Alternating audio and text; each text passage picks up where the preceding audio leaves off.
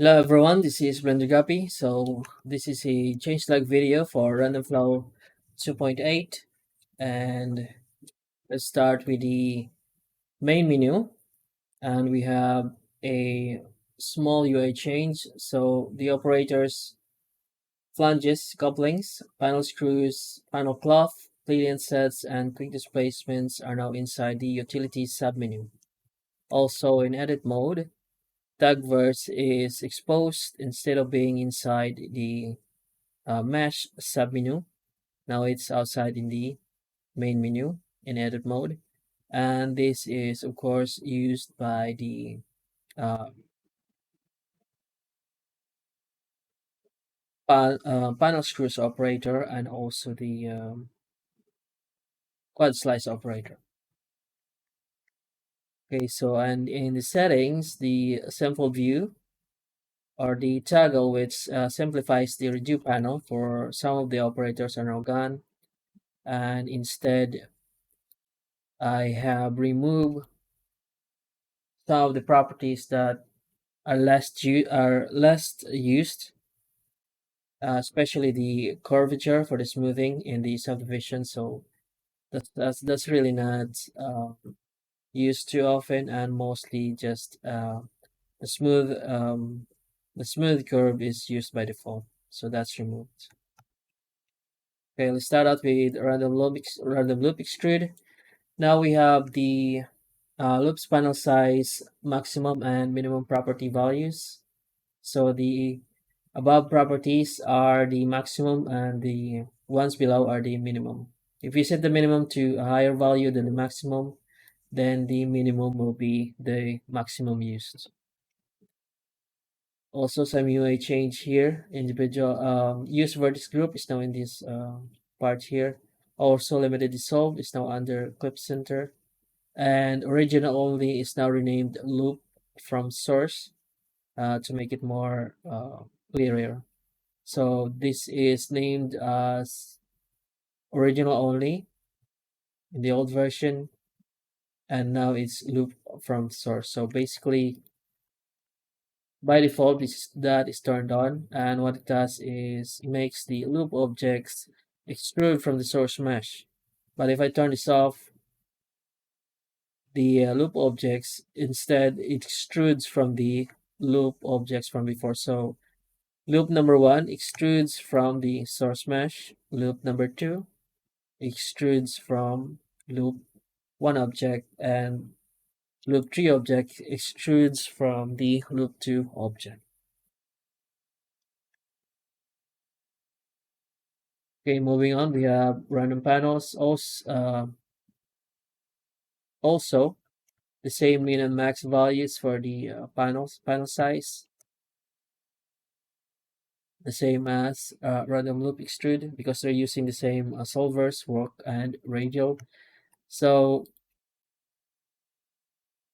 this can also work with the walk solver, but this change is mainly for the radial. And as you can see now, the result is much more interesting than before because we now have different sizes for the square panels instead of from before. Uh, all the all the islands have the same sizes, or panel islands have the same sizes. So you can now change the maximum and minimum value to a lower value and get smaller faces. And the maximum will be 5 right here. We have the biggest face here, and we can randomize this and get smaller faces in return. So if you want the old algorithm, just make the minimum the same as the maximum value. Okay, also some small UI change. We have use vertex group is now here, and limited dissolve is now under clip center. So moving on from that, we have random cells. Now it has emergent property. For example, if I create cells and extrude them using the depth value, you can now use the margin. So the faces are broken up based on angle, which is by default 5 degrees. It's unchangeable and it is part of the code. So yeah.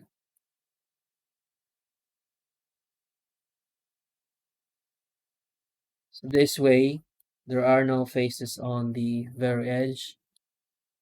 You can create a slight margin just to make it more um, acceptable in some cases. And random scatter, also the same thing. So from before, the margin doesn't work if you've selected the whole faces because it only happens when you select sets of faces like this. So scatter and increase the scatter objects. And when we increase the margin, you can see its effect. But if we select the whole mesh, so from before the margin doesn't work, so right now it works. And it's the same thing as the random cells. The faces will be split using the 5-degree angle threshold in order for this to work.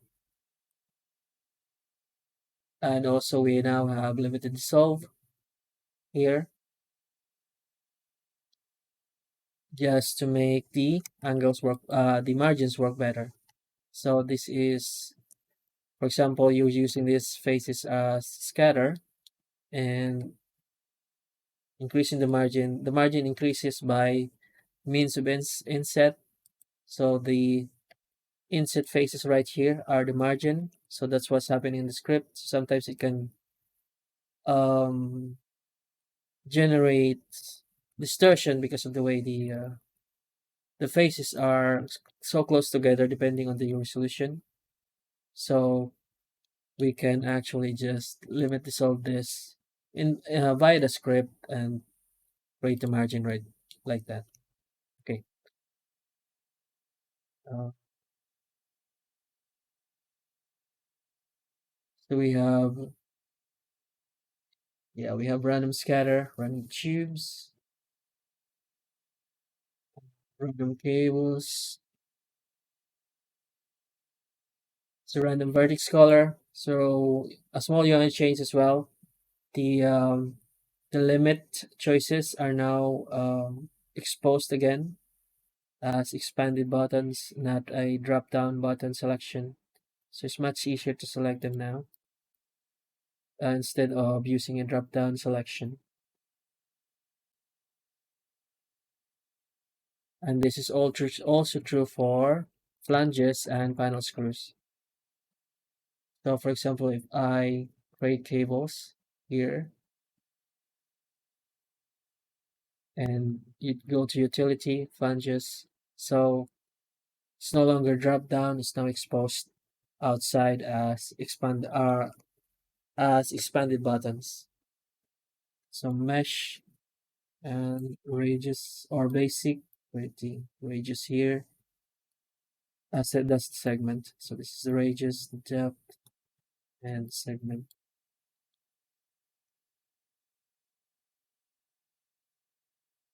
Okay, so before we go to um, the ones below, let's tackle random animation first. So I've fixed there's an error when you toggle off clear animation and on an object which has no animation from before, it creates an error. So that's been fixed for this. And also I've fixed the move. So from before, when you use, for example, the values for move, the value is -5 and then maximum is 5, and use the say axis. So it's going to um, go up and down like that. But the center is going to use is this, the center of the 3D world or 3D viewport. So that's the 0, XYZ 0. So it's going to use that as center, and this is, for example, this is positive 5, and this is minus 5. So if the object is right here, for example, and I use the move, then it will move in this position. What should happen is that it should use its pivot point or origin point and then move like that. So minus 5 and then positive 5. So that's what's supposed to happen. So that's now been fixed. And if I animate and move at the say axis, so mirrored, and then I increase the speed by decreasing the frames. Let's use 10 frames. Okay, so it's no longer using the 3D world or 3D world center as its pivot point. Okay,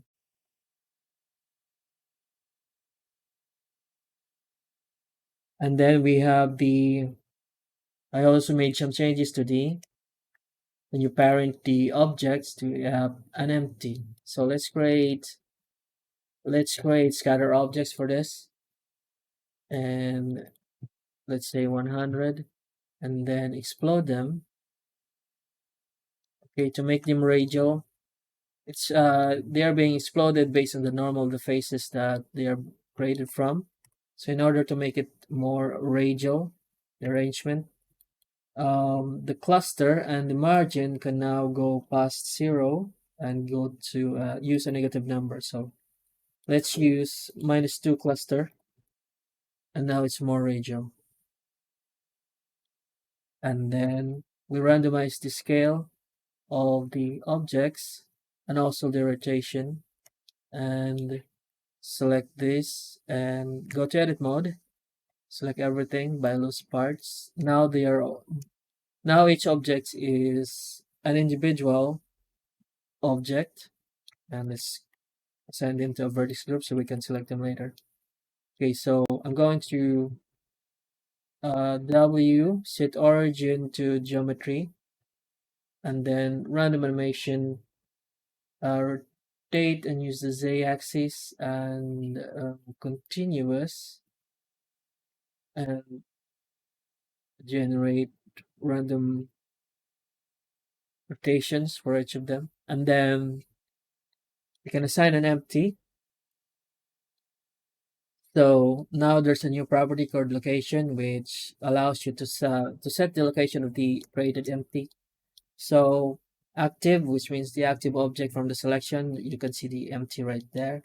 Or we can use the position of the 3D cursor, or we can use the average location of each selected object. So let's do that and use the 3D cursor instead, and position the 3D cursor here, Shift G, and select the collection again, animate it again, rotate z-axis, and then add parent and empty, and then use the cursor as the position of the empty. And then selecting the empty, I have now exposed the random animation operator on objects that are not meshes. So you can use the random animation on things like this empty right here. So we can actually um, animate the empty and rotate it in z-axis, and now it rotates the whole collection, and we can slow it down by increasing the frames, making it also continuous. So the objects are being rotated, and the objects being rotated are also rotating in their own origin point in the z-axis. Unfortunately, you cannot uh, rotate the object. Let's say we repeat the process again, animate, select the entire collection. So for example, if I rotate this in the z-axis in their origin point, let's use 10, and we rotate this and use the cursor as the pivot point, and the z-axis, let's see, 1000. You can see that they have lost, they are now rotating individually. So it's much different from using the empty. With the empty, they are being rotated with the same speed and direction. So right now, their rotation is different per object, but we have lost the ability to, they have lost their rotation, their individual rotation in the z-axis, because apparently you cannot stack the same, for example, the same animation method or mode. So you cannot stack two rotations together on a particular axis. Okay, so the only um, solution to this is assigning an empty to each of the object. But I will, of course, find another way, if possible, to make it less, to make the viewport less cluttered. So that's the a to do in the next version. Okay, so that's for random animation, and we can set it here. They're just flying around. So delete that, and we're going to the utility and panel screws. So panel screws, also the type property has been UI has been changed into an expanded set of buttons. Instead of being a drop down menu, so it's much easier for you to select the objects. Okay, changes here. The mode. So there's an angle threshold here from before. It's now a mode property. You can use angle or just all verts. So angle or all of the verts. Okay, let's use. I'm going to increase the effects of the shadow so you can see the objects better. Uh, I mean the cavity, the effects of the cavity. Okay, so this is the margin. So that's all verts. This is angle. So that's the angle threshold from here. Toggle before in the old version. So in 2.8, it's now here. You can set it to all verts or just use the angle. The angle means the angle of the corner verts. So for example, if I use circle and set this to 12 and create a face. Okay, it's probably not gonna work for this. I'm just probably increase the resolution, circle, and then panel screws, basic. So you can see here it's not working because this angle right here between the edges that are used by this vertex here, their angle is not being met using the 30 degrees. So you can set it back to 0 to get that, or just use all verts. And then final screws, we have the shape, the, oh, we have the split sharp. Oh, limited dissolve. I think this is old or not. Mm, I forgot about this one. So this is probably a new thing, the limited dissolve.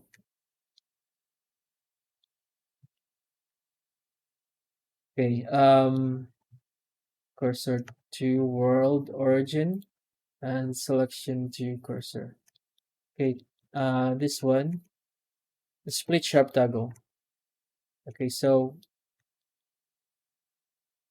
in the old version, this is what happens if you select these faces. So the verts will only be created in the corner. I mean the screws will only be created in the corner verts here, here, or here if you're using all verts and not using the angle, and here as well. Okay, so if we use this and use angle, for example, and let me just increase the size of the screw, and let's use custom. Okay, so right now we have this. You can randomize rotation, but if we want to include all the faces, we can split it using the 5 degree, five the angle of 5 degree, a 5 degree angle threshold, and then you can split sharp like that. So this is different from per face because per face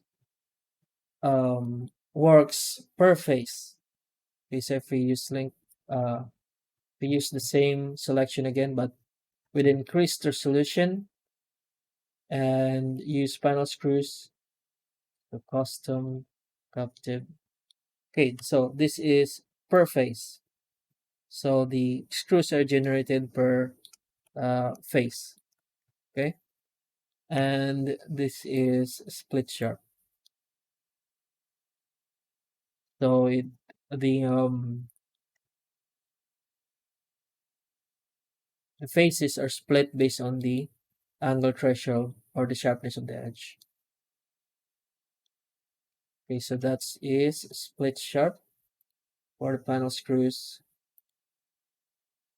Verts only limited so. Okay, and then next up is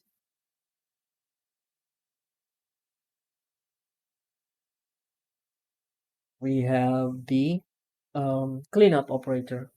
So if you hover over the description, it's now been changed. So it now does the uh, remove verts along a straight edge, clears zero area, and double faces. So these are the edges. So this is a vert in the middle of an edge or a bunch of verts in the middle of a straight edge. So if we use the cleanup operator, it can clean that up. So it's now more simplified. So it cleaned 8 vertices and this zero area faces. That means that, for example, if I extrude this face here and just released it, so it is still there. The face is there, but it has no dimensions or area or zero area. So using this can also clean that up. It functions the same way as cleanup, the generate dissolve. And we also have the what's that? The double face, which means that two faces which have the same area and are occupying the same position.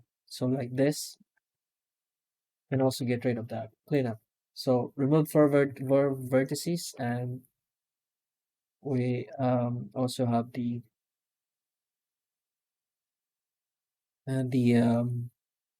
merging.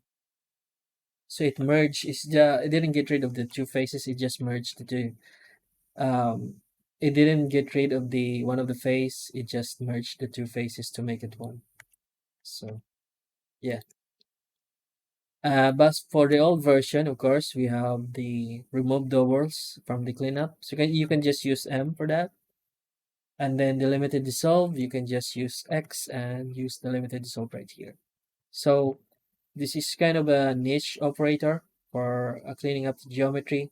And I'd say you'd rarely use it, but for the most chaotic geometry that you can come up with random flow. So sometimes you can create those zero area faces, double faces, and also those um, verts along a straight edge. Okay, so that is it for version 2.8 of random flow. And for the future updates, something like the triangulation can be changed. So right now, um, how triangulation happens is that it's selecting random faces based on the, for example, this is the selection. So it will randomize this selection of faces based on the amount of faces that you want to triangulate from that selection. So for example, these are the ones selected, then it triangulates that.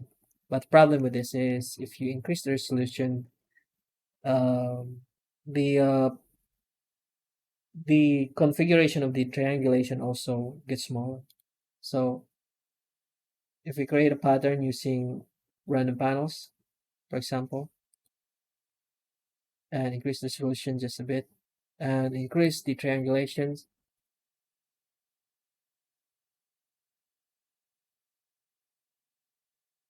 well, that works. Hmm,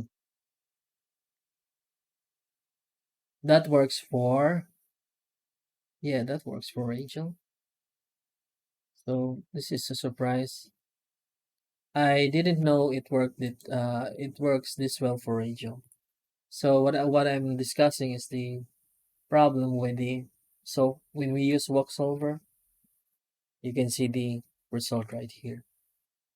Maybe if we increase the, yeah, even if we increase the resolution, you can still see the small spikes. But for radio, so yeah, just use radio sometimes. But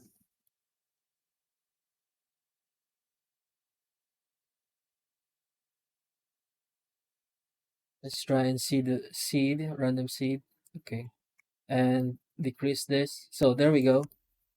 So it's good if you triangulate, use 100% triangulation. But in this case, you can see what just by using a small percentage, you can start to see the problem. Uh, it stops abruptly right here. So instead of giving me this, it gives me those small slanting edges because depending on the resolution, like that.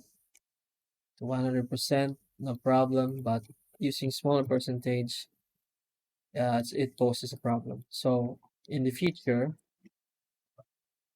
updates, I want the triangulation randomization to happen on uh, configurations like this